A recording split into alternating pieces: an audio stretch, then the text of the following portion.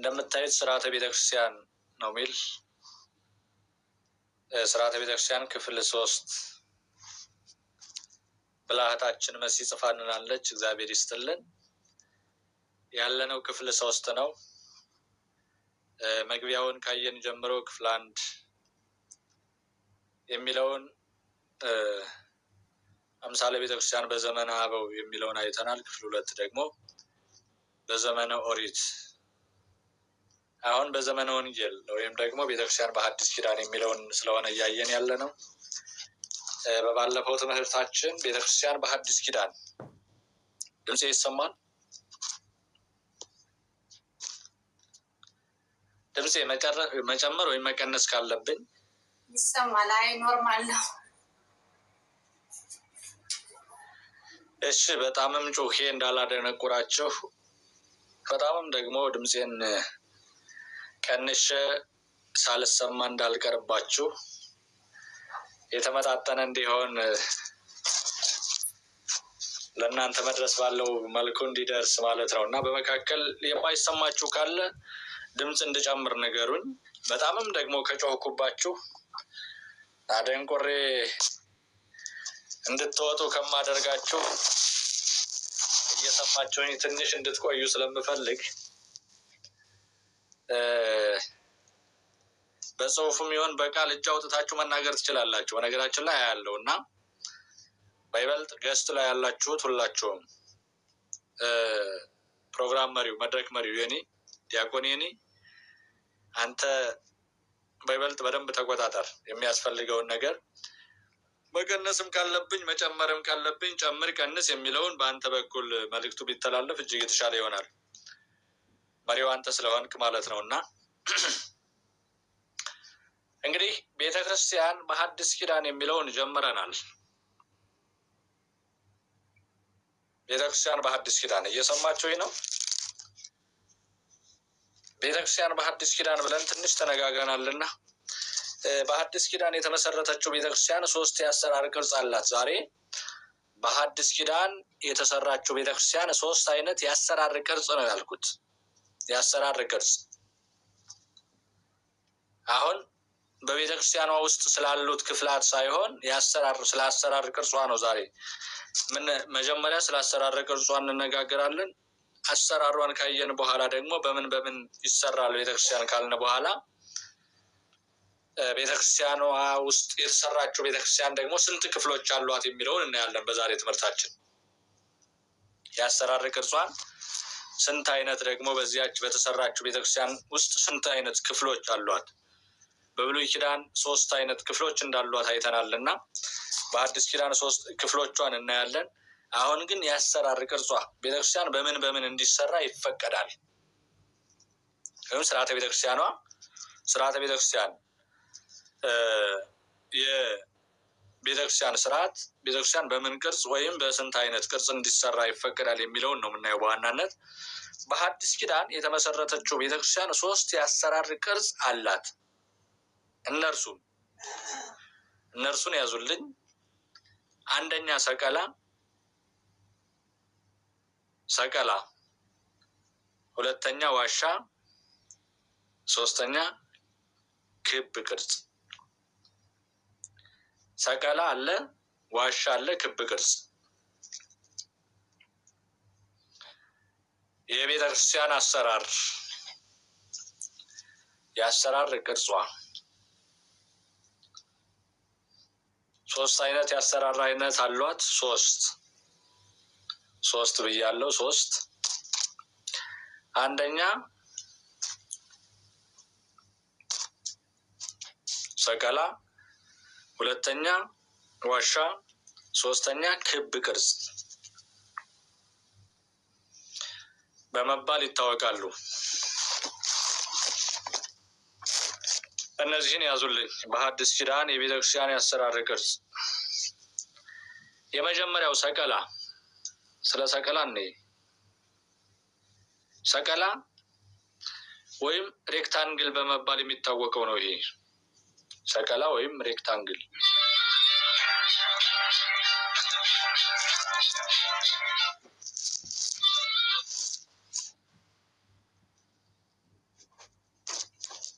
ሰቀላ ወይም ሬክታንግል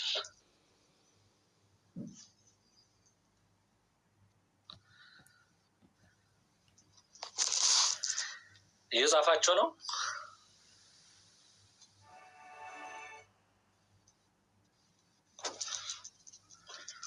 ከሆነ ተናገሩ በኮሜንት። አዎ ያጻፉን ስለሆነ ማለት ነው። እሺ የመጀመሪያው ስለ ሰቀላ ነው የምናይ። ስለ ሰቀላ ወይም ሬክታንግል የሚለውን ይሄ አሰራር በጥንት ዘመን አልፎ አልፎ የሚገኝ መነሻውም ከኦሪቱ አሰራር የተወሰደ መሆኑ ሲነገር ቢቆይም በአሁኑ ሰዓት ግን በከተሞች አካባቢ እንዲያውም የክቡን ቦታ ተክቶ በሁሉም ቦታዎች የሚሰራ እርሱ ብቻ ሆኗል። አሁን ላይ በይበልጥ ከተማ አካባቢ እየተሰራ የምናየው በከተማዎች አካባቢ እየተሰራ የምናየው ሰቀላ የምንለው የቤተክርስቲያን አሰራር ስልት ወይም የአሰራር ዘይቤ ነው እና ይሄ ሬክታንግል የምንለው ሰቀላ ወይም ሬክታንግል ብለን የምንጠራው ከተማዎች አካባቢ ብዙ ቦታውን ሸፍኖ የምናየው ይህ ቤተክርስቲያን ነው። ለዚህ ቤተክርስቲያን የተወሰነ በርና መስኮት የለውም። ለዚህ ቤተክርስቲያን የተወሰነ በርና መስኮት የለውም። መስኮቱም በሮቹም የሚዘጋጁለት በቤተክርስቲያኑ ቅርጽ ልክ ነው። ስፋቱና ጥበቱ ታይቶ 16 መስኮቶች ያሉት ሊሆን ይችላል። ከዚያም በላይ ይበልጥ እነዚህ ካቴድራል የምንላቸውን የሚሰሩት አይነት አብያተ ክርስቲያናት ብዙ ጊዜ ከተማ አካባቢ የሚሰሩ አብያተ ክርስቲያናት ይህን ቅርጽ የያዙ ስለሆኑ ብዙ መስኮቶች ብዙ በሮች ያሉት ናቸው። በዚህም ተብለው ብዙ በሮች ናቸው። በሮቹም ብዙዎች ናቸው፣ መስኮቶቹም ብዙዎች ናቸውና ይህ ቤተክርስቲያን ሰቀላ ወይም ሬክታንግል ተብሎ የሚጠራው የቤተክርስቲያን የአሰራር ስልት ነው። ሌላው ሁለተኛው ለዚህ የቤተክርስቲያን በርና መስኮት የተሰፈረ የተቆጠረ ከዚህ የማያልፍ ከዚህ የማያንስ ተብሎ የተቀመጠለት ገደብ የለውም። ሁለተኛው ዋሻ የምንለው ቤተክርስቲያን ነው። እንግዲህ ብዙ ጊዜ በሰማዕታት ዘመነ ሰማዕታት ብለን በምንጠራው የክርስቲያኖች ስደት ወይም ደግሞ ክርስቲያኖች ከቦታ ወደ ቦታ ከሀገር ወደ ሀገር በሚሰደዱበት በሚያልቁበት በሚገደሉበት ዘመን ወይም የሰማዕትነት ዘመን ብለን በምንጠራው በዚያን ዘመን እንደፈለጉ እግዚአብሔርን መጥራት በፈለጉት ቦታ እግዚአብሔርን ማምለክ ቤተክርስቲያን ሰርቶ ወደ ቤተክርስቲያን መመላለስ በማይቻልበት ጊዜ ዘመን በዚያን ሰዓት በይበልጥ እንደነ ዲዮቅልጥያኖስ የነበሩበት ዘመን አይነት መጻሕፍቶቻቸው እንዲቃጠሉ ንዋያተ ቅድሳት የቤተክርስቲያን ንዋያተ ቅድሳት በአጠቃላይ እንዲቃጠሉ ክርስቲያኖች እንዲማረኩ እንዲገደሉ በሆነበት ዘመን ክርስቲያኖች ዛሬ ያለውን የቤተክርስቲያን መጻሕፍት ከክርስቶስ ጀምሮ ሐዋርያውያን አበው ያስተላለፉልን ይዘው ጠብቀው ያቆዩልን ካታኮብ ወይም ዋሻ በምንለው አብያተ ክርስቲያናት ነው። ዋሻ ካታኮብ ተብሎ ይጠራል። ይሄ የዋሻ ቤተክርስቲያን ነው። በዚህ ቤተክርስቲያን ነው ብዙ ቅርጻ ቅርጽ ብዙ የቤተክርስቲያን ትውፊቶች የተረፉት በእንደዚህ አይነት ቦታ ላይ ነው እና ዋሻ ብዙ ብዙ ጊዜ ከአለት ላይ ተፈልፍሎ የሚወጣ ሰዎች የማይደርሱበት ቦታ ላይ የሚገኝ ብዙ ጊዜም ደግሞ በረሃማ አካባቢ ሰዎች ለመሄድ ወደማይችሉበት ቦታዎችን ደብቀው ሸሽገው ማስቀመጥ ወደሚችሉበት አባቶቻችን በዚያ ቦታ ላይ ያስቀምጠው ብዙ ንዋያተ ቅድሳት የምንላቸውን ያተረፉልን በዚያ ቦታ ላይ በማስቀመጥ ነው። ይህ ካታኮ ወይም ዋሻ የምንለው ቤተክርስቲያን ነውና ይህ ቤተክርስቲያን ከድንጋይ ተፈልፍሎ ስለሚሰራ መቅደስ፣ ቅድስት፣ ቅኔ ማህሌት በመባል የሚታወቁት የአገልግሎት ቦታዎች የሚከፈሉት በመጋረጃ ሲሆን ያለ አንድ በር በቀር ሌሎች የታወቁ በሮችና መስኮቶች እንዲሁም ጉልላት የለውም። ከላይ ጉልላት የለውም። የሚከፈትና የሚዘጋ ወይም ደግሞ ነፋስ የታፈነውን ኦክሲጅን የምንለውን አየር ወደ ውስጥ የማያስገባ፣ ካርቦን ዳይኦክሳይድ የምንለውን ደግሞ የታፈነውን አየር ወደ ውጭ ማስወጣት የማይችል መስኮት የለውም። ይህ የዋሻ ቤተክርስቲያናት ማለት ነው። የዋሻ ቤተክርስቲያን መስኮት የለውም፣ በሩ አንድ ነው። ቅድስተ ቅዱሳን ቅኔ ማህሌት የምንለውን ሶስቱንም የሚከፈለው ቅድስተ ቅዱሳን ቅኔ ማህሌት የምንለው ሶስቱ የሚከፈለው በመጋረጃ ነው እና ምክንያቱም ይሄ ተፈልፍሎ የሚወጣው ከዋሻ ነው። ይሄ የሚደረገውም ደግሞ ለብዙ እነዚህ በእርግጥ እነዚህን ቦታዎች ያሉበትን ዛሬም ኢትዮጵያ ውስጥ ያሉ የዋሻ ቤተክርስቲያናት የት የሚገኛሉ የሚለውን ይህን ጥቆማውን እሰጣቸዋለሁ ዝርዝር ሁኔታውን።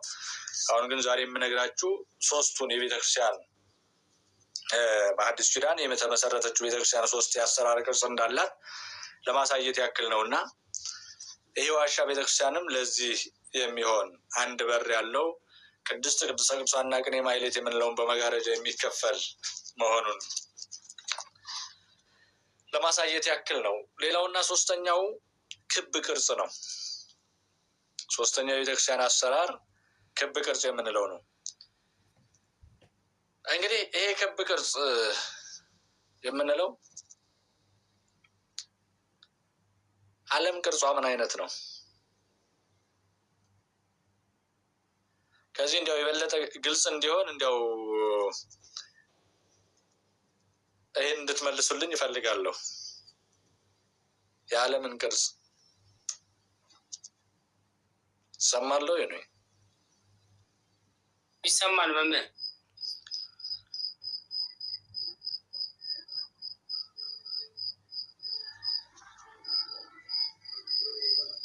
ይሰማል?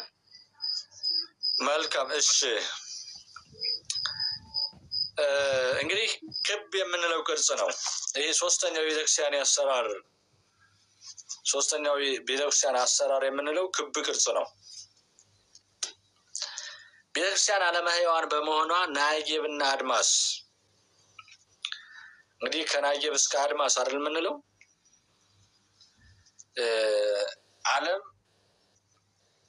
በናጌብና በአድማስ በሚባሉ ተራሮች ተከባ ነው የምትኖረው። እኒህ ትልልቅ ተራሮች ናቸው፣ አድማስና ናጌብ ይባላሉ። ስለዚህ ናጌብና አድማስ በሚባሉት ተራሮች ተከባ ነው የምትኖረው ይህች ዓለም። እንደዚህች ዓለም ክብና ባለ ሁለት ቅርጽ ሆና ትታነጻለች ቤተክርስቲያን። ክብና ባለ ሁለት ቅርጽ።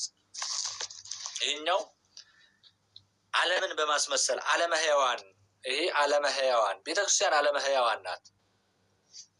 ዓለመ ሕያዋን ማለት ምን ማለት ነው? ጌታችን መድኃኒታችን ኢየሱስ ክርስቶስ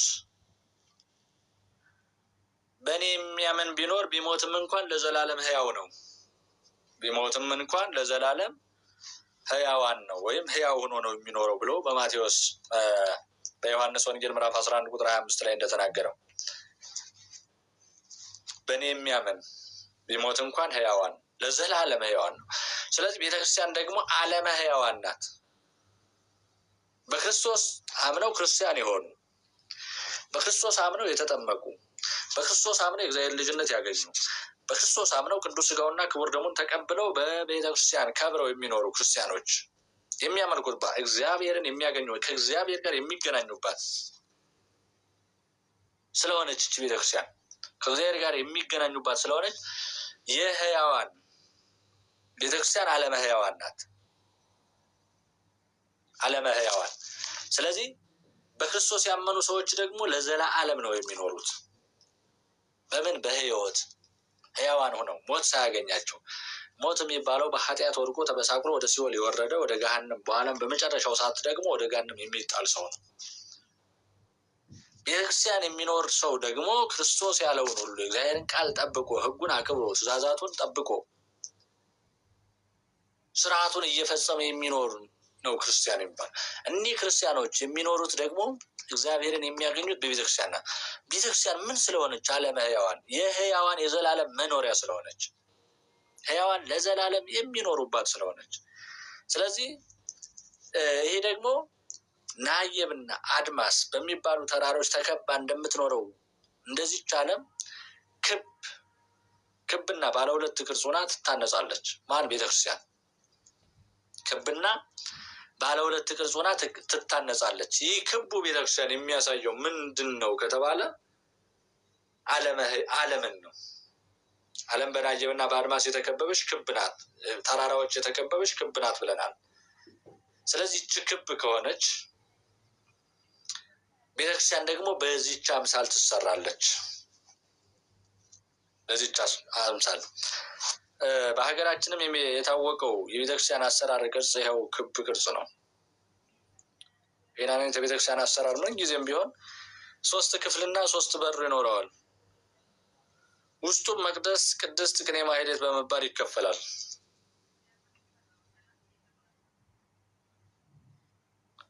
በይበልጥ የቤተክርስቲያን በድሮ አሰራር በአዲስ አበባም በተወሰኑ ቦታዎች አሉ። በነገራችን ላይ 3ቱም ያሉበትን ቦታ ነግራቸዋለሁ በኋላ። ለማሳያ ያክል ሰቀላ ስለሚባለው በይበልጥ ማዕከላዊ ኢትዮጵያ በሚባሉት በማዕከላዊ ኢትዮጵያ እንዲሁም በአንዳንድ ክፍለ ሀገራት ያሉትን ሰቀላ የሚባለው ዋሻ የሚባለው ከአለት የሚፈለፈለውንም ክብ ቅርጽ የሚባለውንም 3ቱንም በመጠኑ እናያለን። ስለዚህ አሰራራቸው ግን በዋነኛነት ይሄ ክብ ቅርጽ የሚባለው ወይም ዓለመ ሕያዋን ተብሎ የምትጠራው ቤተክርስቲያን በድሮ ቤተክርስቲያናት ህንፃ አሰራር በተለያዩ ቦታዎች ተሰርታ የምትታወቀው ይበልጥ በኢትዮጵያ ቤተክርስቲያን አሁን ላይ ነው። በከተማዋ ቤተክርስቲያን ሰቀላ የሚባለው ቤተክርስቲያን ይችን የክቧን ቅርጽ ያጠፋው እንጂ ከሰቀላ በፊት የድሮ ቤተክርስቲያናት ክብ ቅርጽ ነው ተሰርተው የምናገኛቸውና እነዚህም ያ ሰቀላ የምንለው ቤተክርስቲያን ለበሩም ለመስኮቱ ለእያንዳንዱም ነገር ያው ክፍላት ቅድስት ቅኔ ማህሌትና ቅድስተ ቅዱሳን ቅኔ ማህሌት የምንለውን በተለያየ መልኩ በአሰራር እንከፍለዋለን እንጂ እንደዚህኛው እንደ ክቧ ቤተክርስቲያን እንትን ብሎ የተቀመጠ አይደለም። በዚች በክቧ ቤተክርስቲያን ግን ቅድስተ ቅዱሳን ቅኔ ማህሌት ተከፍለው ነው መቅደስ፣ ቅድስትና ቅኔ ማህሌት የምንለው ማለት ነው። እንግዲህ አንደኛው የቤተክርስቲያን ክፍል መቅደስ ሲሆን ይሄ ክፍል የሚያገለግለው ለመቀደሻ ብቻ ነው። በዚህ ክፍል ውስጥ ስኬል ያየው መስኮት ምሳሌ የሚሆነው በምስራቅ በኩል ምን ጊዜም ቢሆን የሚከፈት አንድ መስኮት ሲኖረው በምዕራብ፣ በሰሜን፣ በደቡብ ደግሞ 3 በሮች ይኖሩታል። እንዲሁም በዚህ 3ኛ ክፍል ውስጥ 4 ማዕዘናት አሉት። እንግዲህ የዚህ ቤተክርስቲያን አሰራር በክፍል ውስጥ በውስጡ ክፍል ስኬል ያየው መስኮት ምሳሌ የሚሆን በምስራቅ በኩል ምን ጊዜም ቢሆን የማይከፈት ማለት ነው። ስኬል ያየው መስኮት ምንድነው ታስተውሳላችሁ? መስኮቱ ሳይከፈት እንደተዘጋ ሰው ገብቶ የወጣበት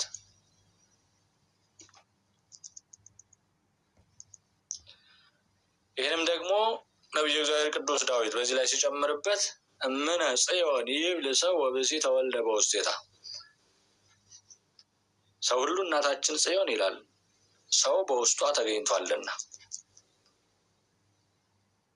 ስኬል ያየው መስኮት ተብሎ የተነገረው ስኬል ያየው መስኮቱ ሳይከፈት እንደተዘጋ ሰው ገብቶ የወጣበት ነው።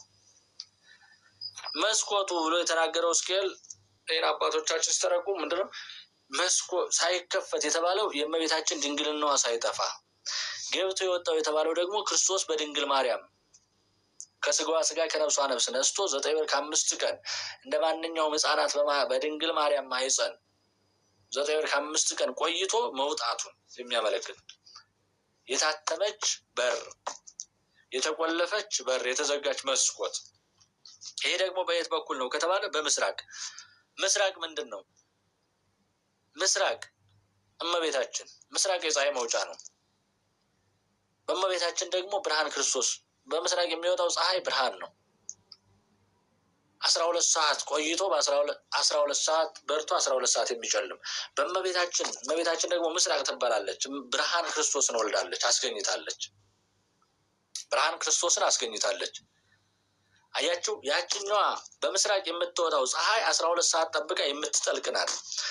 ከድንግል ማርያም የተገኘው ብርሃን ክርስቶስ ግን የማይጠፋ የማይጠልቅ ብርሃን፣ ሁልጊዜ ብርሃን የሚሆን የእርሱ ብርሃንነት ለጻድቃን የሚያበራ ለቅዱሳኑ ብርሃን የሆነ ለእኛ ጨለማውን አስወግዶና ገፎ ብርሃንን የሰጠ ለዓለም ያበራ ብርሃን፣ የማይጨልም ብርሃን፣ የማይጠፋ ብርሃን፣ የማይጠልቅ ብርሃን ክርስቶስ። ስለዚህ እመቤታችን ምስራቅ ትባላለች። በምስራቅ የወጣው ደግሞ ክርስቶስ ይባላል።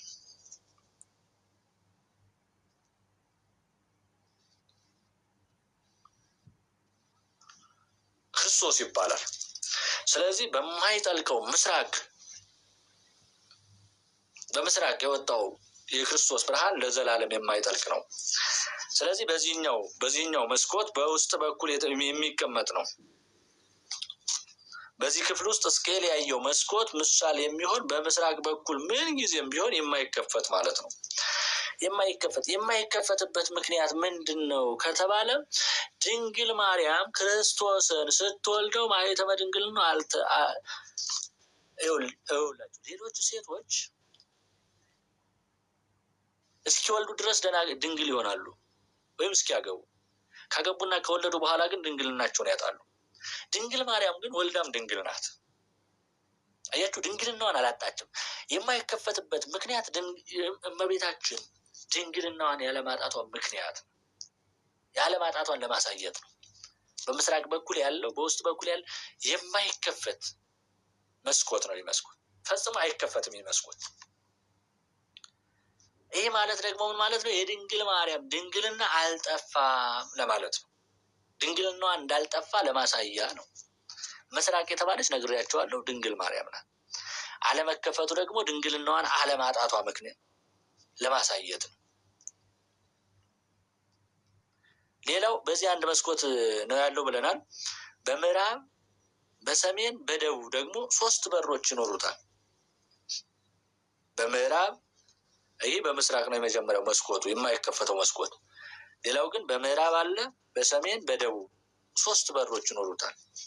እንዲሁም በዚህ 3ኛ ክፍል ውስጥ 4 ማዕዘናት አሉ። እነርሱም ምስራቅ፣ ምዕራብ፣ ሰሜን፣ ደቡብ ሲባሉ እነዚህም ገጾች የሚያዋስኗቸው 4 ንዑሳን ማዕዘናት አሉ። እነዚህ 3ቱ ምን ብለናል? 3ቱ 4 ክፍል አላቸው። 4 በዚህ ውስጠኛ ክፍል በዚህ 3ኛ ክፍል ውስጥ 4 ማዕዘናት አሉ።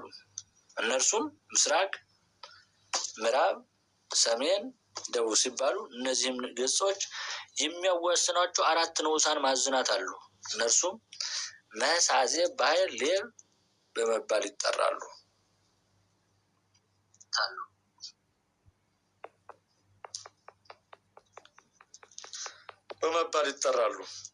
እንግዲህ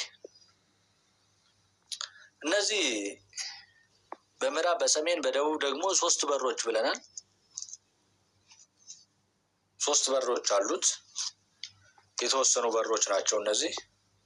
ከዚህ ከበሮቹ ቀጥሎ ደግሞ በዚህ ውስጠኛ ክፍል 4 ማዕዘናት አሉ። እነርሱም ምስራቅ ማዕዘናቱ ነው። በእነዚህ ውስጥ 4 ማዕዘናት አሉ። እነርሱም ምስራቅ፣ ምዕራብ፣ ሰሜን፣ ደቡብ ሲባሉ እነዚህን ገጾች የሚያዋስኗቸው አዋሳኞቹ ደግሞ 4 ንዑሳን አሉ። አዋሳኞቹ 4 ንዑሳን ማዕዘናት አሉ። እነርሱም መስ፣ አዜብ፣ ባሕር፣ ሌብ በመባል ይጠራሉ።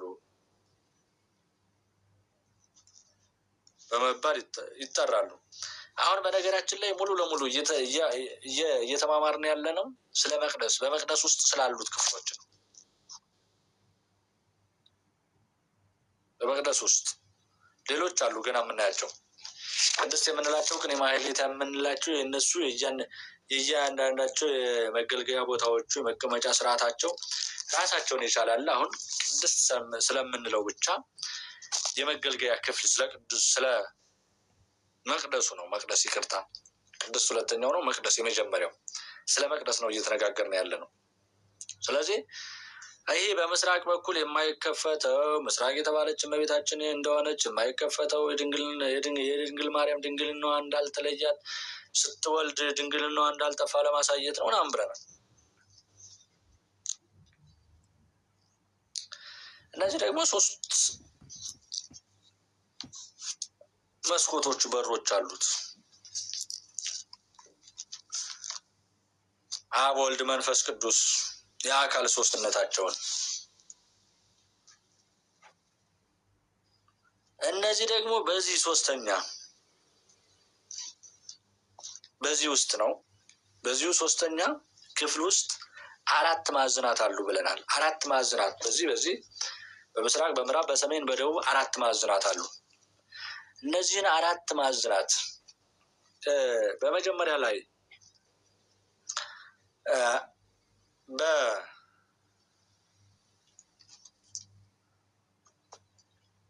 ማን ነው በኦሪት ወይም ደግሞ በአምሳለ ቤተክርስቲያን በዘመነ አበው ብለን ስናነሳ ስለ መላእክት አንስተን ነበረ። ስለ መላእክት ካስታወሳችሁ ስለ መላእክት ስናነሳ ገጸ ሰብ፣ ገጸ አንበሳ፣ ገጸ ንስር፣ ገጸ እንስሳ ብለን 4ቱ በገጸ ሰብ፣ በገጸ አንበሳ፣ በገጸ ንስር፣ በገጸ እንስሳ ተመስለው ሁልጊዜ እግዚአብሔርን የሚያመሰግኑ በእነዚህ ተወክለው በ4ቱ ሚዩት ይቅርታ፣ አሁን የገባችሁ ሚዩት አድርጉ።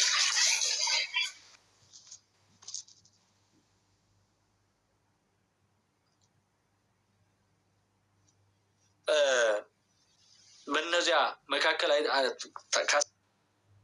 ካስታወሳችሁ 4ቱ ገጸ ሰብ፣ ገጸ ንስር፣ ገጸ ሰብ፣ ገጸ አንበሳ፣ ገጸ ንስር፣ ገጸ እንስሳ የሚሉትን አይተናል።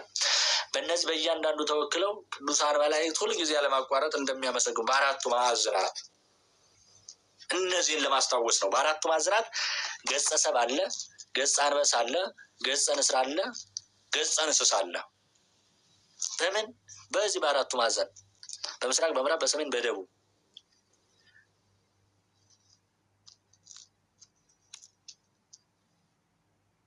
እነዚህ አሉ።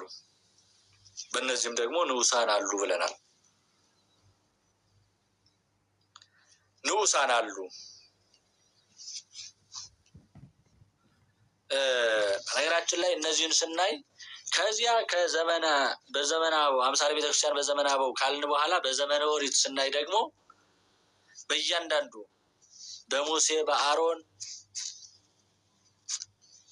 እያልን ያየናቸው በእያንዳንዱ በ4ቱ ማዕዘናት እያንዳንዳቸው የተቀመጠው እንዳለ አይተናል በዘመነ ኦሪት።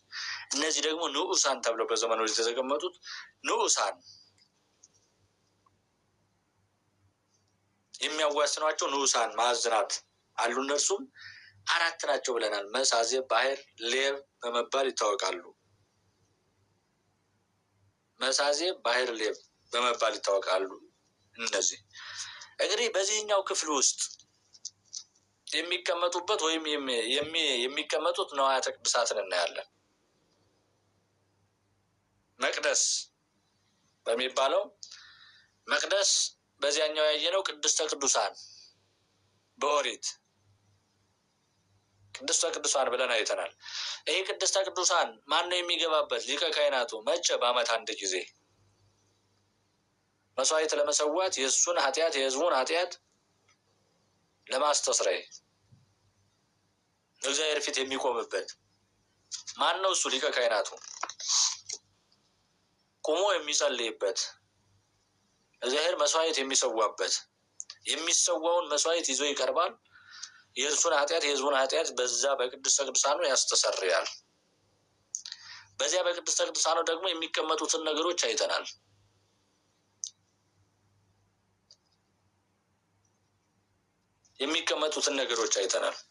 ስለዚህ በዚህ መቅደስ ውስጥ ደግሞ በዚያ በቅድስተ ቅዱሳኑ የሚቀመጡትን ካየን በዚህ በቅድስተ ቅዱሳኑ ደግሞ የሚቀመጡ አሉ። የቅድስተ ቅዱሳኑ ምትክ ነው መቅደስ ማለት። በኦሪት ቅድስተ ቅዱሳን ተብሎ የሚጠራው በሐዲስ ኪዳን መቅደስ ይባላል። በዚህ መቅደስ ታቦት፣ መሶበ ጽዋ፣ ጻዕል፣ ማዕጠንት ወይም ጽና የምንለው፣ ዕርፈ መስቀል፣ አጎበር፣ ማይፈድ፣ መቅረዝና መስቀለኛ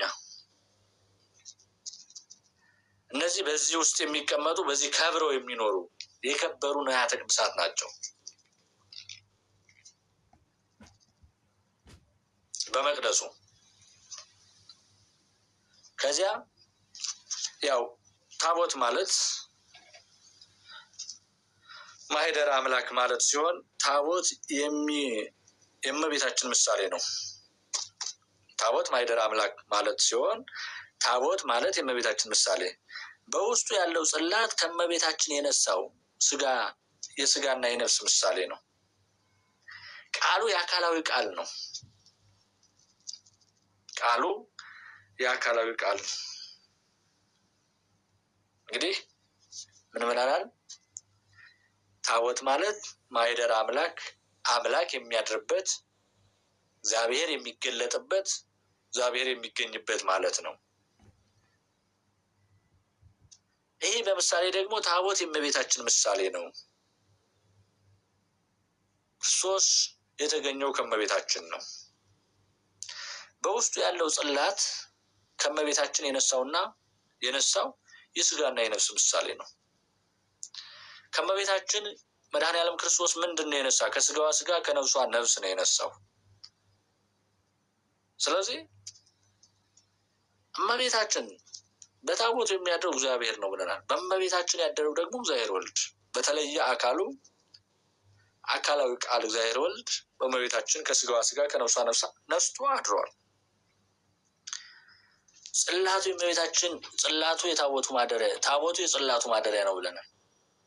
ጽላቱ ደግሞ የስጋና የነፍስ ምሳሌ ነው። ስጋና ነፍስ ምንድን ነው? ከእመቤታችን እግዚአብሔር ወልድ የነሳው ማለት ነው። ቃሉ የአካላዊ ቃል ስጋ ኮነ ወሀደረ ላዕሌነ ወርኤነ ስብሐቲሁ ከመ ስብሐተ አሐዱ።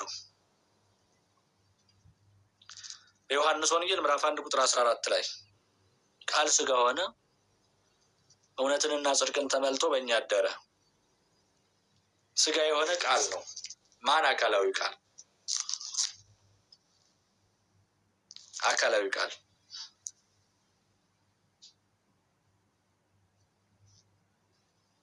ቃሉ የተባለው ምንድን ነው ከተባለ በጽላቱ ላይ የሚጻፈው ቃል ነው።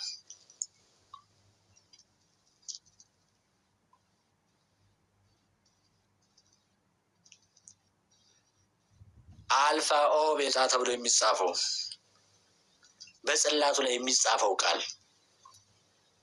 ጽላቱ የነፍስና የስጋ ምሳሌ ነው።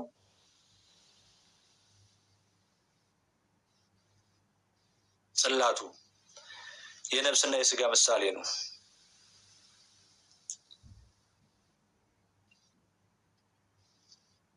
ታቦቱ የእመቤታችን ምሳሌ ነው። ቃሉ ደግሞ በጽላቱ ላይ የሚጻፈው ቃል የአካላዊ ቃል ምሳሌ ነው። ይህ አካላዊ ቃል ነው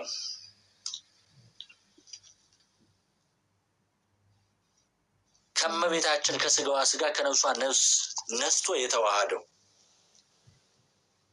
ኢየሱስ ክርስቶስ አማኑኤል እያልን የምንጠራው ይሄ ነው። የሁለቱ ተዋሂዶ የምንና የምን የነፍስና የስጋና የቃል ተዋሂዶ። ይህ የተዋሃደው በምን ላይ ነው ከተባለ በእመቤታችን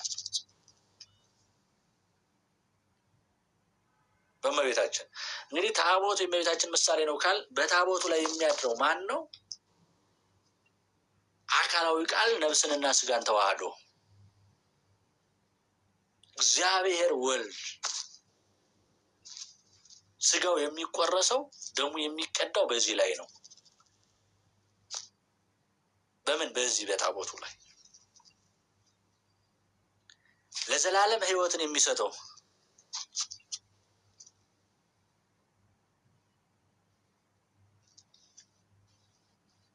ለዘላለም ሕይወትን የሚሰጠው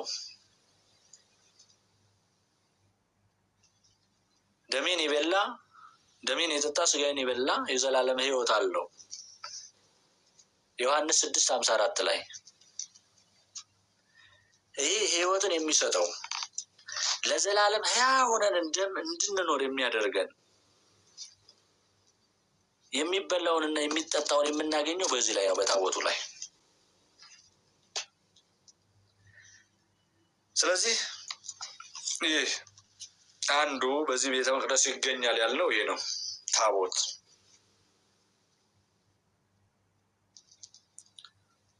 ጽላቱና ቃሉ ደግሞ የሚገኘው ሥጋና ነፍስ ወይም አካላዊ ቃል እግዚአብሔር ወልድ በዚህ ላይ ነው የምናገኘው፣ በታቦቱ ላይ። እዛ ሌላው መሶበ ወርቅ ነው። መሶብ እመቤታችን፣ ወርቅ ንጽህናን፣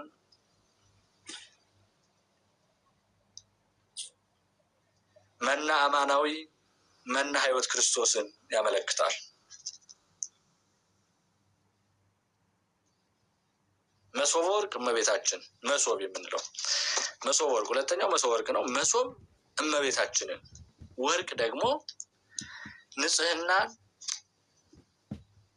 የመጀመሪያው የእመቤታችን ንጽህና፣ እዛ መና አማናዊ፣ መና ሕይወት ክርስቶስን ያመለክታል። ወርቅ የምንለው ነቅ የሌለበት ወርቅ፣ እንከን የሌለበት ወርቅ፣ ንጽህናዋን አማናዊ፣ መና አማናዊ፣ መና ሕይወት ክርስቶስን ያመለክታል። ጽዋ የጌታችንን ደም ዘወትር ለምዕመናንና ለካህናት የሚቀዳበት በመሆኑ በጦር የተወጋውን የጌታንን ጎን ያመለክታል ማለት ነው።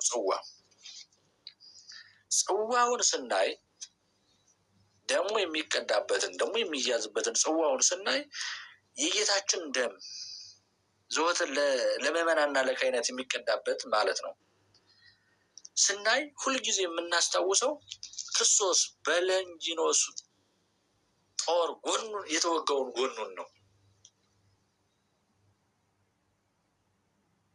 በለንጊኖስ ጎን በቀራንዮ ላይ ጎኑ ላይ የፈሰሰውን ደሙን፣ ጎኑ ላይ ያረፈውን ያን ጦር፣ ጎኑ የተወጋውን የክርስቶስን ጎኑ በጦር እንደተወጋ ያንን ነው ሁልጊዜ ጽዋውን ባየን ቁጥር አይነ ህሊናችን መሳል ያለበት ቀራንዮ መሄድ አለበት። ለዚህ ነው ክርስቲያኖች በሚያስቀድሱ ጊዜ ቤተ መቅደስ ገብተው የእግዚአብሔርን ቃል በሚናገሩበት ጊዜ፣ ቅዱስ ሥጋውን ክቡር ደሙን በሚቀበሉበት ጊዜ የከበረውን እግዚአብሔር ወልድን ሥጋውን ለመብላት ደሙን ለመጠጣት በቤቱ ተሰብስበው በቤተ መቅደሱ ሲገኙ ሁል ጊዜ አይነ ህሊናቸው መሄድ ያለበት ቀራንዮ ነው። ቀራንዮ ደርሶ መምጣት አለበት። ያ ክርስቶስ የተቀበለውን መከራ መቀበል ማየት አለባቸው። ቀራንዮ ላይ ክርስቶስ የተቀበለውን በህሊናቸው መሳል፣ በአይምሯቸው መሄድ፣ ቀራንዮ ደርሶ መምጣት አለባቸው ማለት ነው። ስለዚህ ጽዋውን ባየን ቁጥር የምናስታውሰው ምንድን ነው ከተባለ ያ ለንጊኖስ በጦር ሲወጋው በክርስቶስ ጎን ላይ የፈሰሰውን ደሙን፣ የክርስቶስን ጎን ማስታወስ አለብን። የክርስቶስን ጎን ማስታወስ አለብን። ኃይል ነው። ሌላው በደንብ ተከታተሉኝ። ታቦት ብለናል፣ መሶበ ወርቅ ብለናል፣ ጽዋ ብለናል። ፀሐይ ለምንለው ነው። ፀሐይ የክርስቶስ ሥጋ ማቅረቢያ ነው። ፀሐይ ጌታ የተወለደበትን በረት የታዘለበትን የእመቤታችንን ጀርባ ህብስት ክርስቶስን ያመለክታል። ፀሐይ የምንለው ምንድን ነው? የክርስቶስ ቅዱስ ሥጋ የሚቀርብበት ነው። ይህን ስናስታውስ ግን ምንድነው መሆን ያለበት? ጌታ የተወለደበትን በረት ቤተልሔም መሄድ አለብን። ስለ ፀሐይሉ ስናስብ ህሊናችን የት መሄድ አለብን? ቤተልሔም። ጽዋውን ስናስብ ቀራንዮ መድረስ አለብን። ፀሐይሉን ስናስብ ደግሞ ፀሐይል የምንለውን ስናስብ ደግሞ እሱን ስናይ ቤተልሔም መሄድ አለብን። ያ ክርስቶስ የተኛባትን ዋሻ፣ ያቺ ክርስቶስ ያደረባትን የከብቶችን በረት እሷን ማሰብ አለብን። ሌላው የታዘለበት የእመቤታችን ጀርባ ሶበ ያሐውር በእግሩ ሶበ ይዝህን ሕፃነኪ አንቃዱ ሀቤኪ ወይቤኪ እህዞ ጽንፈ ልብስኪ እስከ ትጼውሪዮ በገቦኪ ወትስሚዮ በአፉኪ። አባ ጽጌ ድንግል የተናገረው እንዲሁም አባ ጊዮርጊስ ዘጋስጫ ሶበ ይዝህን ሕፃነኪ አንቃዱ ሀቤኪ ወይቤኪ እህዞ ጽንፈ ልብስኪ። በእግሩ ትንሽ በሄደ ጊዜ ወደ አንቺ አንገቱን ቀና አድርጎ እያንጋጠጠ እስክታዚው ድረስ በጀርባሽ እስክታዚው ድረስ እይዞ ጽንፈ ልብስኪ እስከ ትጼውሪዮ በገቦኪ ወትስሚዮ በአፉኪ። በጀርባሽ እስክታዚው ድረስ የልብስሽን ጫፍ ይዞ ያለቅሳል። ማን? ጌታችን። ስለዚህ ይህን ጻይል የምንለውን ስናይ ማሰብ ያለብን ያ ክርስቶስን የተሸከመውን የእመቤታችንን ጀርባ ነው። ክርስቶስን የተሸከመው የእመቤታችን ጀርባ ያ ለምን ለበቁት አባቶቻችን ክርስቶስ በአምሳለ ሕፃን ነው ተገልጾ የታያቸው። ክርስቶስ በአምሳለ ሕፃን። ስለዚህ ጻይል የምንለው ደግሞ ቅዱሱ ስጋ የክርስቶስ ስጋ እና ከክርስቶስ ጋር አንድ የምንኖርበት በልተነው ሕይወትን የምናገኝበት በልተነው ዘላለማዊ ረፍትን የምንወርስበት በልተነው ለዘላለም ሕያው ሆነን የምንኖርበት የክርስቶስ ቅዱስ ስጋ ነው። ይህ ቅዱስ ስጋ የሚቀመጥበት ደግሞ ጻይል ይባላል። ይህን ስናስታውስ ደግሞ ምን ማለት ነው?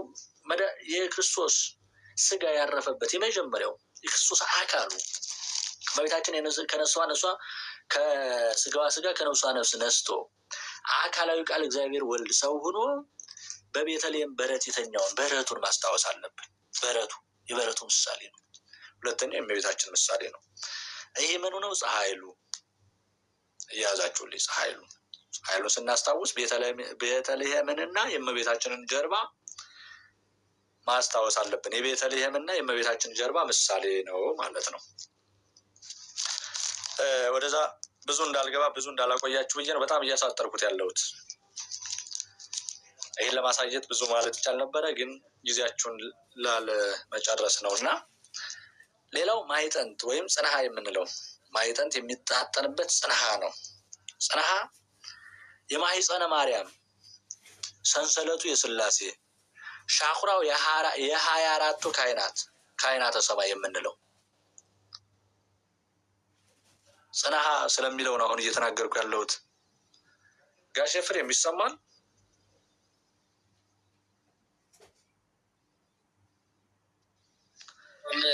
መልካም። እሺ፣ ብቻዬን እየጮህኩ እንዳሉ እሺ፣ ብቻዬን እንዳልጮህ ብዬ ነው እና ከሰማችሁ መልካም።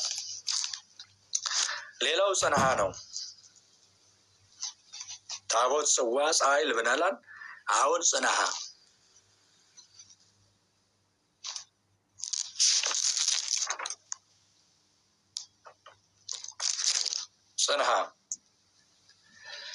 ጽንሐ ማለት የማኅፀነ ማርያም፣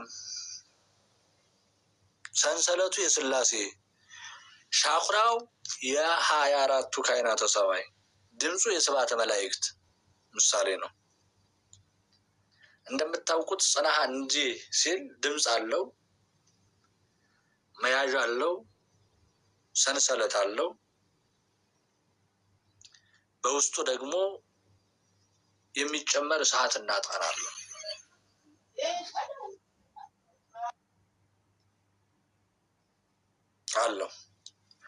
ስለዚህ ጽንሐው የማኅፀነ ማርያም ነው።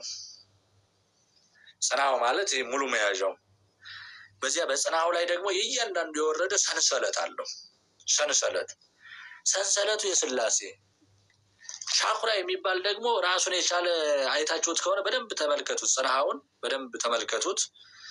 አባቶቻችን ካህናት የሚያጥኑበት ጽንሐ ማለት ነው። ይህ ጽንሐው እያንዳንዱ ይሄ የሆነ ክብ ነገር ያለው አለ። እሱ ሻኩራ ይባላል።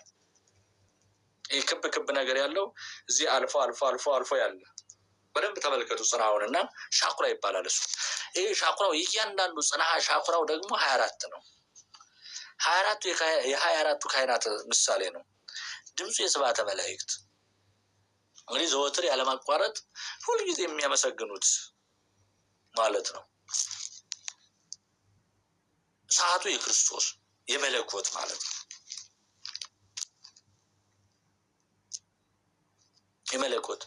መለኮት እንደሚታወቀው ሰዓት ነው፣ ያቃጥላል። ለዚያ ነው ቅዱሳን መላእክት ፊታቸውን ሸፍነው እግዚአብሔርን የሚያመሰግኑት ለምስጋና ሲቀርቡ ለስብሐተ መላእክት የመላእክት ምስጋና መላእክት ለምስጋና ወደ ክርስቶስ በሚቀርቡ ወደ እግዚአብሔር ወደ ስሉስ ቅዱስ በሚቀርቡበት ጊዜ በሁለት ክንፋቸው ፊታቸውን ጋርደው ነው። ለምን? መለኮት ሰዓት ስለሆነ ሰዓቱ እንዳያቃጥላቸው እንግዲህ ጽናው የእመቤታችን ምሳሌ ነው። በዚህ ውስጥ ያለው እሳት እመቤታችንን አላቃጠላትም። ለዚህ ነው ቅዱሱ አባ ሕርያቆስ እንደምን እሳቱ አላቃጠለ እሳተ መለኮቱ እንደምን አላቃጠለችም እያለ ስለ እመቤታችን ስለ እሳተ መለኮቱ አድንቆና አጋኖ የሚናገረው ያ እሳተ መለኮቱ በህሊናው ስለተሳለ ነው። ያ የሚያቃጥለው የሚበላው ያ እሳት እንዴት አላቃጠለችም፣ እንዴት ቻልሽው፣ እንዴት ተሸከምሽው እያለ የሚናገረው ስለዛ ስለ እሳተ መለኮቱ ሲናገር ነው። ስለ እሳተ መለኮቱ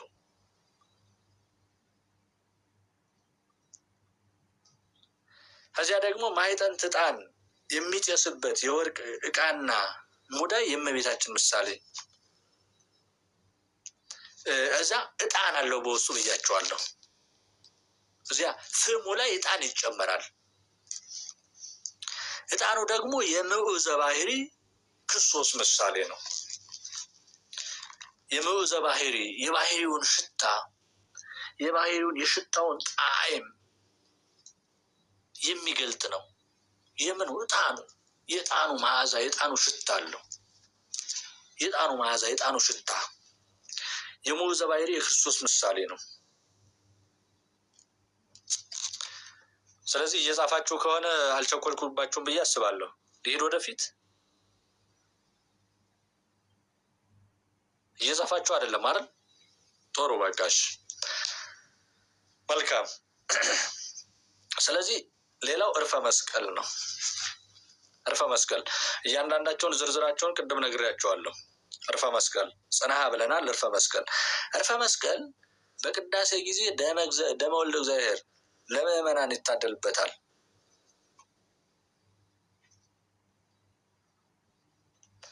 ይህ እንግዲህ ዕርፈ መስቀል በቅዳሴ ጊዜ ደመ ወልደ እግዚአብሔር ለምእመናን ይታደልበታል። ስለዚህ ዕርፈ መስቀል ማለት የካህናተ ሐራዊ ምሳሌ ነው። እንግዲህ ምእመናን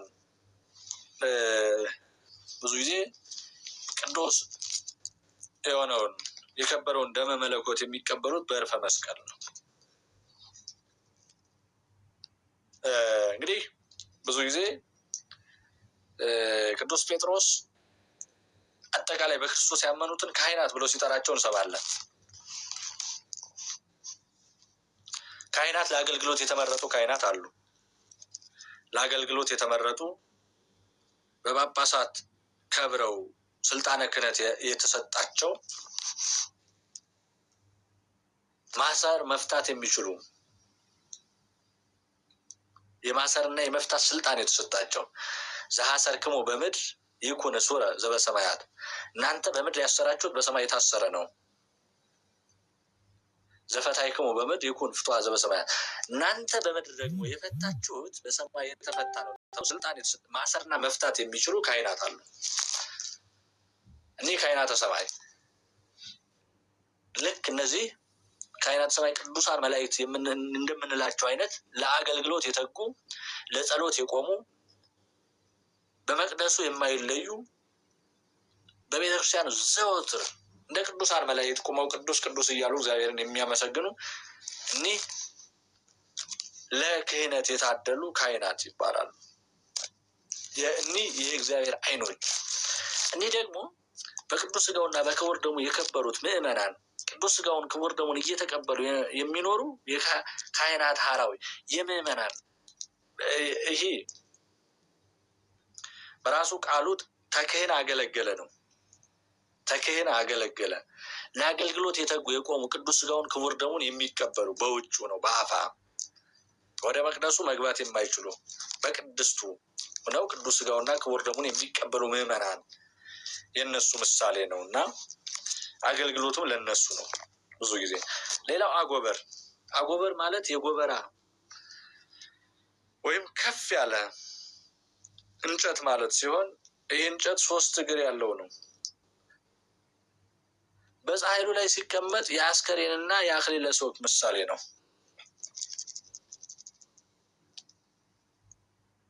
ያጎበር የምንለው ቅዱስ ሥጋው ከብሮ የሚቀመጥበት የሚወርድበት ወደ ምዕመናን የሚቀርብበት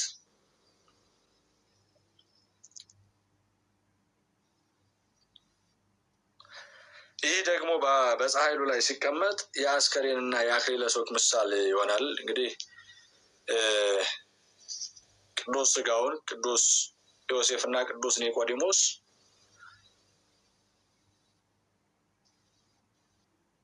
አድርገው ተሸክመው የወሰዱበት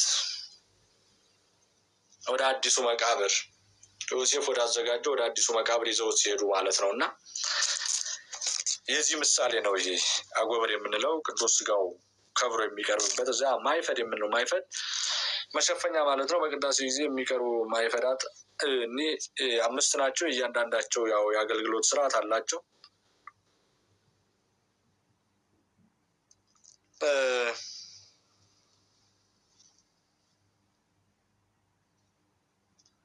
እነዚህም 5 የሆኑበት የእያንዳንዱ ስርዓት አላቸው። የእያንዳንዱ የሚቀመጡበት የአቀማመጥ ስርዓት የእያንዳንዱ አገልግሎታቸው መቼም ቤተክርስቲያን እያንዳንዱ የምታደርገውን ነገር ስርዓት ያለ ስርዓት የምታስቀምጣቸው ነገር የለችምና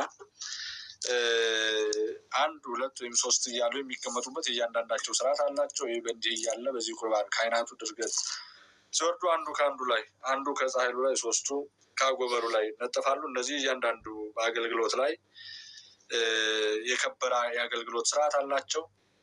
አውድ የእመቤታችን ሰውነት ከአውዱ ላይ የሚነጠፈው የድንግልናዋ ፀሐይል ከማህፀኗ ከፀሐይሉ ላይ የሚነጠፈው የሰፋድል ሶስትነቱ የሥላሴ አብ ለአንጽሖተ መንፈስ ቅዱስ ለአንጽሖ ወልድ በተለየ አካሉ ለለቢሰ ሥጋ በማህፀኗን አድረዋልና ይህን ያመለክታል። ሁለተኛ አውድ የምንለው የቤተልሔም ከአውድ ላይ የሚነጠፈው እመቤታችን ጌታን በወለደች ጊዜ በጨርቅ ጠቅልላ የበለስ ቅጠል ያለበሰችው ምሳሌ ነው። እንግዲህ ይህ በይበልጥ ተገልጦ የምናገኝ ውዳሴ ማርያም ትርጓሜ ላይ ያለ ነው። በጎል ሰከበ በአጽርቅ ተጣጣብለለ አስከቦም ውስተ ጎል ከደኖሙ ቆጽለ በለሶን እያለ ቅዱስ ያሬድም እንደሚነግረን እንግዲህ እመቤታችን ድንግል ማርያም ክርስቶስን በወለደች ጊዜ በጎል ሰከበ በአጽርቅ ተጠብለለ የተኛው በበረት ነው፣ የተጠቀለለው በጨርቅ ነው። አስከቦም ውስተ ጎል ያስተኛችው እንግዲህ ከብቶች በሚበሉበት በበረት ላይ ነው። ከደኖሙ ቆጽለ በለሶን እርሱን በላዩ ላይ ያለበሰችው የበለስ ቅጠል ነው። ሰፋፊ የሆነ የበለስ ቅጠል ነው እና ይህን ደግሞ ያን የነበረውን ሲተረጉም ወንጌሉን አምጥተው ቅዱስ ያሬድ ነግሮናል። እና እነዚህ የከበሩት ንዋያተ ቅድሳት ቅድም በዝርዝር የነገርኳችሁ በመቅደሱ ላይ የሚገኙት በመቅደሱ ውስጥ ከብረው የሚኖሩት ንዋያት ይህን ይመስላሉ። እንግዲህ እንዲህ ከላይ የገለጽናቸው ንዋያተ ቅድሳት የምንላቸው በቤተ መቅደስ ውስጥ ለዘወትር አገልግሎት የሚገኙ ንዋያተ ቅድሳት ናቸው። በተጨማሪም የእመቤታችን ምሳሌዎች የሆኑ መንበርና ማዕጠንት በዚሁ ቦታ ውስጥ ይገኛሉ ማለት ነው። በዚሁ ቦታ ውስጥ ይገኛሉ። እያንዳንዱ ይህን ያነሳ ነው። ቤተክርስቲያን ከቅኔ ማህሌቱ እስከ ቤተ መቅደሱ ድረስ እስከ መቅደሱ ድረስ እያንዳንዷ የሚቀመጠው ንዋያተ ቅድሳት የከበረ ነው። መክበሩ ብቻ አይደለም፣ ሁሉም የእያንዳንዱ ምሳሌ ያላቸው ምክንያት አላቸው። የተልእኮ የእያንዳንዳቸው የአገልግሎት ድርሻ አላቸው። የሚፈጽሙት የእያንዳንዱ የአገልግሎት ድርሻ ስላላቸው የሚፈጸሙትን የአገልግሎት ድርሻ ሁሉንም በክህነት አገልግሎት ላለን ሰዎች እንጂ በክህነት አገልግሎት ውስጥ ለሌለን ሰዎች ብዙ ጊዜ ስልጣነ ክህነት ለሌለን ግልጽ ላይሆኑ ይችላሉ። ነገር ግን እያንዳንዱ የሚቀመጠው ሁሉ እያንዳንዱ የከበረ ንዋያተ ቅድሳት ገዝታችሁ የምታስቀምጡት፣ አክብራችሁ የምታስገቡት፣ የምትገለገሉበት ሁሉም ምዕመናን እናንተ ስለሆናችሁ ይህ የከበረ ንዋያት አንዳንድ ሰዎች ይህን ባለማወቅ እንዲያው ከቤተ መቅደሱ ገብተው ስለወጡ የከበሩና የተለዩ ስለመሰላቸው ይህን ንዋያተ ቅድሳት አቅልለው ወደዚህ ይዘው ሲመጡ ብዙ ሰዎችን ስለሚያጠፉ ነው ይህን እየነገርኳቸው ያለሁት። ብዙዎቻችሁ እዚያ ገብታችሁ ስለምታገለግሉበት ስለምትደርሱበት አይደለም፣ ግልጽ ለማድረግ ያክል። ነገር ግን እኒህን የከበሩ ንዋያተ ቅድሳት ለአገልግሎት የሚቀርቡትንና የበቁትን ልክ እንግዲህ አባቶቻችን ያው ለአገልግሎት የበቁትን በዲቁና ማዕረግ ከዚያም ለቅስና እያሉ ሲመጡ በአገልግሎት ደረጃ ሲደርሱበት ያውቁታል፣ ይጠይቃሉ፣ ይረዳሉ። እኒህን ምዕመናን ግን በዚያ ቦታ ላይ ስለማይቀመጡና ስለማይደርሱ እኒህን ለማሳሳት እናንተ የማታውቁት የተሰወረ እንደዚህ ያለ እንደዚህ ያለ እንደዚህ ያለ እያሉ ብዙዎቹን ባለማወቅ መናፍቃን ስለሚያስቱበት እንዲያው ቀድሞ ማወቁና መረዳቱ የተሻለ ነው ብዬ ስላሰብኩ ነው ወደ እናንተ ያመጣሁትና ቀድሞ ማወቁ በእጅጉ የተሻለ ነው። የማያውቁንን ነገር በሰዎች ስንሰማና አዲስ አስመስለው ሲነግሩን እንደው ዝም ብላ ቤተክርስቲያን ያለምሳሌ ቤተክርስቲያን እንደው ያለ አገልግሎት ቤተክርስቲያን ዝም ብላ ያጠራቀመችውና እናንተ የማታውቁት የተለየ ምስጢር አስመስለው ስለሚያደርጉት ያ ደግሞ ብዙዎቹን ስላጠፋብን፣ ብዙዎቹን ከመንገድ ስላሳተብን እኛ ግን ይህን ቀድሞውን ማወቅና መረዳቱ ለጆሮአችን አዲስ ላመጣጡ እንግዳ አይሆንብንም እና ማወቅ ስላለብን ነው። እየተሰማችሁ ነው ጋሼ ፍሬም? ግልጽ ነው አይደል? ግልጽ ነው። ስለዚህ ይሄ እያንዳንዱ በምሳሌ የተቀመጡ ነዋያት ስለሆኑ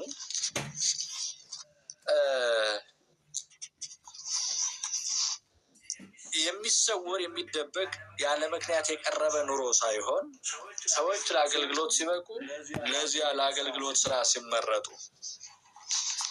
ስለበቁ ብቻ ሳይሆን ለዚያ ለአገልግሎት ብቻ ተጠርተው ሲመረጡ በዛ ቦታ ላይ ሲቀርቡ ያውቁታል በማለት እንጂ ቤተክርስቲያን ሰውር አይደለም ያስቀመጠቻቸው። ይህም ደግሞ የእያንዳንዱ ምሳሌ እንዳለው ቤተ መቅደስ ውስጥ ያሉት በዚህ መልኩ ተቀምጠዋል ማለት ነው እና የእያንዳንዱን ምሳሌ እንግዲህ በትንሹ ያው ጊዜ ብዙ ስላለን ገና ይህን የጀመርነው ትምህርት ሰፋ ያለ ስለሆነ አጠር አድርገው ለመሄድ እና ትንሽ ሰብሰብ አድርገን ደግሞ ወደዛ ማወቅ ወዳለብን ፍሬ ሀሳብ ቶሎ መግባት ስላለብን ብዬ ነው ቶሎ እየሮጥኩ ያለሁት። አሁን በቅድስት ስላሉት በቅድስትና በቅኔ ማኅሌት ያሉትን ትንሽ ሰፋ አድርገን እንገልጻለን እንጂ በቅድስት ያሉትን እንያቸው በተወሰነ መልኩ። ይህ ቅድስት የምንለው ይህ ክፍል 3 በሮች፣ 4 አምዶች፣ 7 ያህል መስኮቶች አሉት። ቅድስት በቅድስት ውስጥ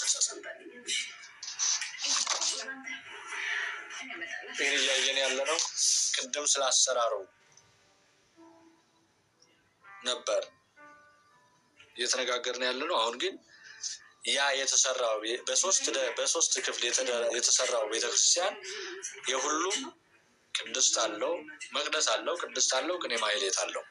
ስለዚህ በመቅደስም በቅኔ ማኅሌትም ያሉትን ወይም ደግሞ የአሰራር ስልታቸውን ነው በጠቅላላ እያየን ያለ ነው። ይህ ቅድስት ይህ ክፍል 3 በሮች፣ 4 አምዶች፣ 4 አምዶች ማለት ምሰሶዎች ማለት ነው። ምሰሶ በሌላ አጠራር በአማርኛ ምሰሶ ማለት ነው። አምድ አሁን ደግሞ በዘመኑ ምሰሶ ቀርቶ ኮለን ብለን የምንጠራው ኮለን ነው የሚቆም። በአጠቃላይ ይህ አገልግሎቱ ምንድነው? አምድ ካልን ቤቱን አቁሞ መያዝ የሚችል እንዳይንቀሳቀስ በዋናነት አቁሞ የሚይዝ ነው አምድ። ስለዚህ 4 አምዶች አሉት። ይሄ ቅድስቱ በሮቹ 3 ናቸው፣ አምዶቹ 4 ናቸው። 7 ያህል ደግሞ መስኮቶች አሉት። በዚህ ክፍል ውስጥ የተለያየ አገልግሎት ይፈጸማሉ። የተለያዩ አገልግሎቶች መምህራን እንግዲህ ስጋው ደሙን ለመቀበል ለማስቀደስ የምንጠቀምባቸው ነው። ቅድስት የምንለው ቆራቢያን የሚያስቀድሱበት፣ ቅዱስ ስጋውን ክቡር ደሙን የሚቀበሉበት በዚህ ቦታ ነው። ምዕመናን ብዙ ጊዜ ቅዱስ ስጋውን ክቡር ደሙን የሚቀበሉት በዚህ ቦታ ስለሆነ። ሌላው ቅኔ ማህሌት ነው። እንግዲህ በዚህ ክፍል ውስጥ ደግሞ ብዙ አገልግሎት ያለበት ነው። ቅኔ ማህሌት በጣም ሰፊ የሆነው የቤተክርስቲያን አገልግሎት ሰፊ የሆነ ቤተክርስቲያን አገልግሎት የሚሰጠው በቅኔ ማህሌት ነው። እንግዲህ በዚህ ቅኔ ማህሌት ውስጥ በዚህ ክፍል ውስጥ መምህራን መዘምራን ሌሊትም ሆነ ቀን የዘወትር ስብሐተ ነግና አብይ ስብሐተ ነግ የምንላቸው አሉ። ማህሌትና አርያም፣ ምህላ፣ የጾም ምዕራፍ፣ መዝሙርና መወድስ፣ ዋዜማና ፍታት ከዓመት እስከ ዓመት ይደረስበታል። በምን ቅኔ ማህሌት ውስጥ እነዚህ ሁሉ የሚከናወኑ በቅኔ ማህሌት። በዚህ ክፍል መምህራን መዘምራን የምንላቸው አሉ። ሌትም ሆነ ቀን ዘወትር ስብሐተ ነግና አብይ ስብሐተ ነግ፣ ማህሌትና አርያም፣ ምህላና የጾም ምዕራፍ፣ መዝሙርና መወድስ፣ ዋዜማና ፍታት ከዓመት እስከ ዓመት ይደረስበታል።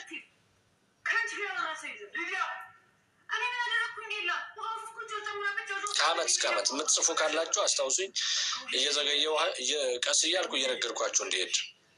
እነዚህ አሁን የተናገርኳቸው ሌትም ቀንም ከዓመት እስከ ዓመት በዚች በቅኔ ማህሌቱ ይደረሳል። የሚደረሰው በቅኔ ማህሌቱ ነው። በቅኔ ማህሌቱ በዚህ አይነት ቅርጽ የተሰራ ቤተክርስቲያን ምን ጊዜም በመስ በአዜብ በባህር 3 በሮች ይኖሩታል። በመስ በምስራቅ፣ በአዜብ በምዕራብ፣ በባህር በሰሜን። በዚህ በአራቱ ባህር በአራቱ ማለት በ3ቱ በመስ በአዜብ በባህር በምዕራብ በ3ቱ በሮች ይኖሩታል። 3 በር አለው።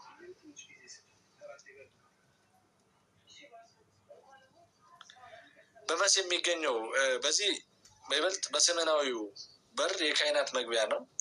ሁለተኛው ደግሞ በአዜብ የሚገኘው በር በይበልጥ ደቡብ በምንለው በደቡብ ምዕራብ ማለት ነው። በደቡብ ምዕራብ የሚገኘው በር ሴቶች ይገቡበታል።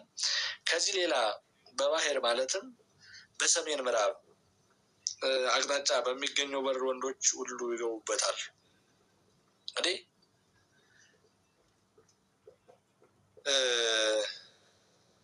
ምስራቅ ሰሜናዊ የምንለው በር አለ። ይህ የካህናት መግቢያ ነው። ምስራቅ ሰሜናዊ የምንለው የካህናት መግቢያ ነው። ደግሞ በአዜብ ወይም ደግሞ በደቡብ ምዕራብ የምንለው ሴቶች ይገቡበታል። በደቡብ ምዕራብ ሴቶች ይገቡበታል። በሰሜን ምዕራብ አቅጣጫ ደግሞ በሚገኘው ወንዶች ይገቡበታል። ይህ በቅኔ ማህሌት በ3ቱም በሮች ካህናት፣ ሴቶች፣ ወንዶች የሚገቡበት 3 በሮች አሉ ማለት ነው።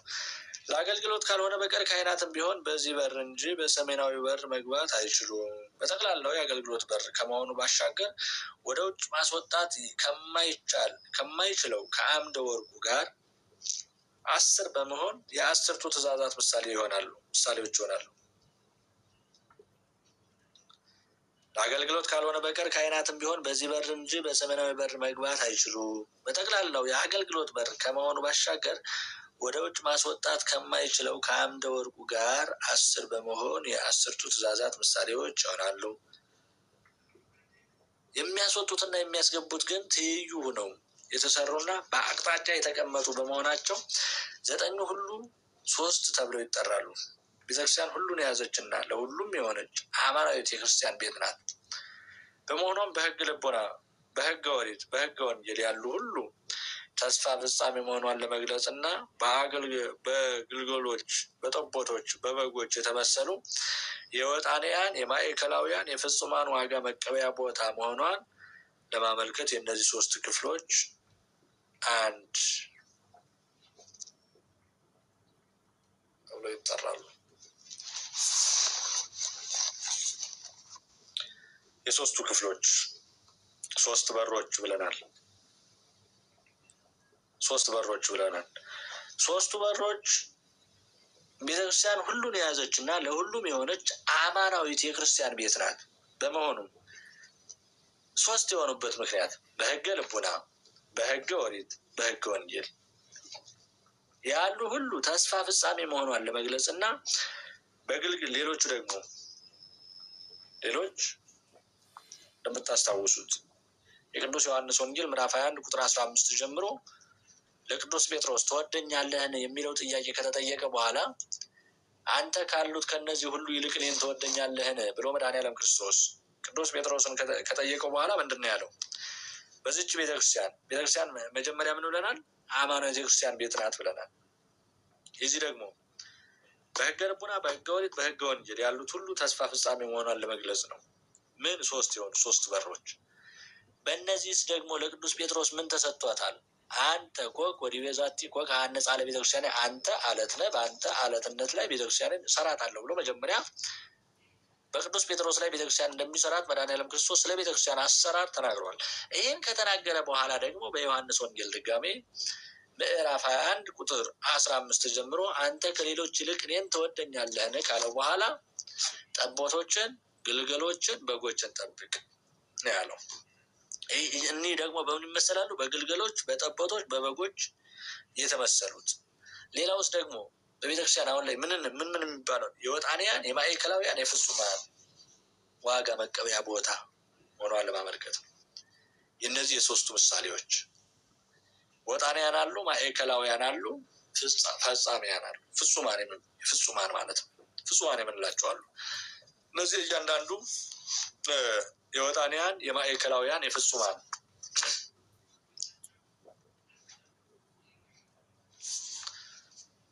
የምንላቸው 10 ማዕርጋት ነው። በአጠቃላይ ያሉት 10 ማዕርጋት አሉት። እንግዲህ ጊዜ ካለን በስነ ምግባር ውስጥ የሚካተት ነው 10 ማዕርጋት። እንግዲህ ይሄ የወጣንያን የማዕከላውያን የፍጹማን የምንለውን 10ን ማዕርጋት የምናይበት እንግዲህ ጠቅለል አድርገን በምናይ ጊዜ ካለን የምናይበት ይሆናል። በዋናነት ግን ቤተክርስቲያን እኒህ በዚህ በቅኔ ማኅሌቱ 3 በሮች አሉ ብለናል። 3 በሮች አሉት ብለናል። የ3ቱ በሮች ምሳሌዎች ደግሞ ካህናት የሚገቡበት፣ ሴቶች የሚገቡበት፣ ወንዶች የሚገቡበት እነዚህ የተለያዩ በሮች አሉት ብለናል። በመስባዜ በባህር የምንሎችን በሮች ይኖሩታል ካልን በኋላ ሰሜናዊው በር የካህናት መግቢያ ብለናል። ሁለተኛው ደግሞ በአዜብ የሚገኘው በር፣ በደቡብ ምዕራብ የሚገኘው በር ብለናል። በደቡብ ሴቶች የሚገቡበት ነው። በደቡብ ምዕራብ የሚገኝ በሰሜን ምዕራብ አቅጣጫ የሚገኘው በር ደግሞ ወንዶች ይገቡበታል ብለናል። የእነዚህም 3ቱን ምሳሌዎች አይተናል። እንግዲህ በዋናነት ከደብተራ ኦሪት ቅድስት ከመቅደሰ ሶሎሞን ደግሞ መቅደስን ከሐዲስ ቤተክርስቲያን ከሐዲስ ኪዳን ቤተክርስቲያን ቅኔ ማኅሌትን ማለትም ከየዘመናቱ የአንዳንድ ክፍል ስያሜ በመውሰድ አንዲት ቤተክርስቲያን ትባላለች። ከደብተራ ኦሪት ቅድስትን ያዙልኝ። ከደብተራ ኦሪት ቅድስትን በመውሰድ ከደብተራ ኦሪት ቅድስትን፣ ከመቅደሰ ሶሎሞን ደግሞ መቅደስን፣ ከሐዲስ ኪዳን ቤተክርስቲያን ቅኔ ማኅሌትን ማለትም ከየዘመናቱ የአንዳንድ ክፍል ስያሜን በመውሰድ አንዲት ቤተክርስቲያን ትባላለች ከደብተራ ኦሪት ጀምሮ እንግዲህ ከሕገ ልቡና፣ ከሕገ ኦሪት፣ ከሕገ ወንጌል ከሶስቱ የተወሰደ ነው። ቅድስት፣ መቅደስ፣ ቅኔ ማህሌት ብለን ነው። ከደብተራ ኦሪት ምን ወስደናል? ቅድስትን። ከደብተራ ኦሪት ከሕገ ልቡና ማለት ነው። ከደብተራ ኦሪት ስንል ከደብተራ ኦሪት ስንል ከሕገ ልቡና ማለታችን ነው። ከመቅደሰ ሶሎሞን ስንል ደግሞ ከብሉይ ኪዳን ከሙሴ ጀምሮ ለመጀመሪያ ጊዜ ይህ ቤተ መቅደስ የተሰራው በሶሎሞን ስለሆነ መቅደሰ ሶሎሞን ስንል መቅደስን፣ ከሐዲስ ቤተክርስቲያን ደግሞ ቅኔ ማህሌትን። እነዚህ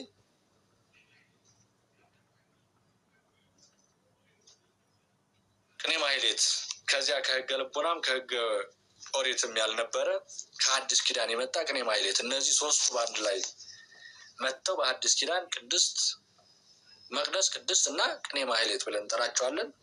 ይህ በአንድ ላይ ተወስዶ አንዲት አሐቲ ቤተክርስቲያን ነአምን በአሐቲ ቅድስት ቤተክርስቲያን አባቶቻችን በ325 ዓመተ ምህረት አርዮስንና እኒህ በጥበብ በእውቀት እናምናለን የሚሉ ሰዎችን ከአምልኮተ እግዚአብሔር የወጡትን ሰዎች አውግዘው ከለዩ በኋላ ነአምን በአሐቲ ቅድስት ቤተክርስቲያን፣ ነአምን በአሐቲ ቅድስት ቤተክርስቲያን፣ በአንዲት ቅድስት ቤተክርስቲያን እናምናለን። ምን ምን ባላት? መቅደስ፣ ቅድስት፣ ቅኔ ማህሌት። ይቺ አንዲት ቤተክርስቲያን ተብላ ትጠራለች።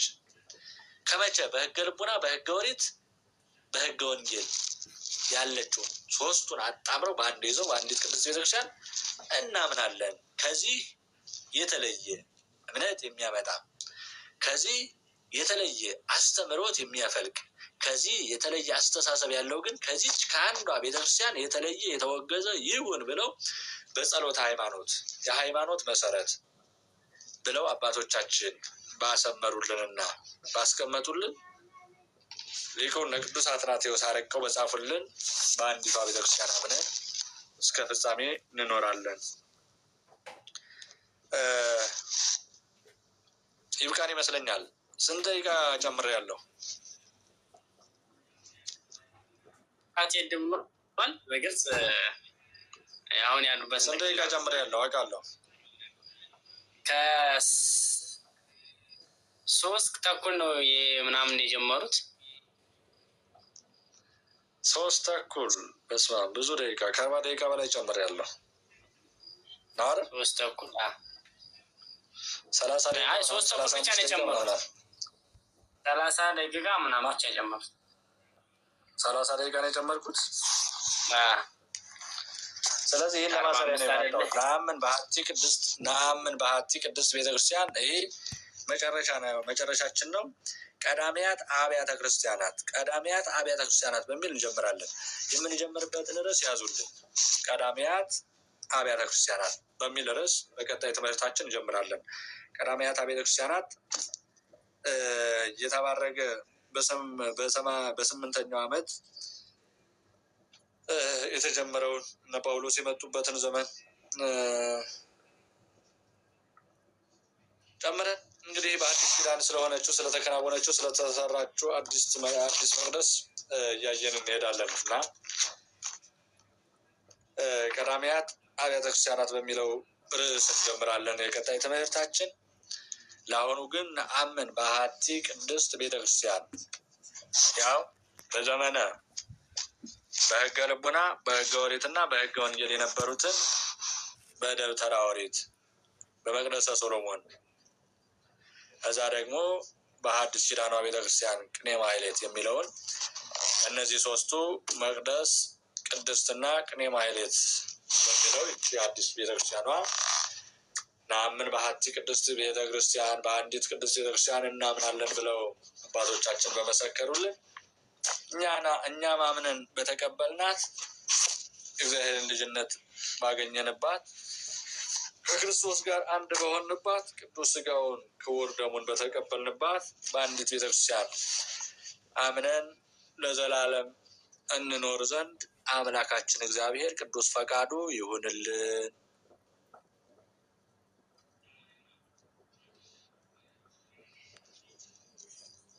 አሜን በሉ። ጠቅልያለሁ። እንግዲህ ያው የተከታታይ ኮርስ ስለሆነ ስብከት አይደለምና ተጠቅልሎ የሚያልቅ አይደለም። ቀጣይነት ያለው ትምህርት ስለሆነ ያለንበትን ያዙልኝ። እሺ መምህራችን ያለንበት ቀዳማት ቤተክርስቲያናት የሚለው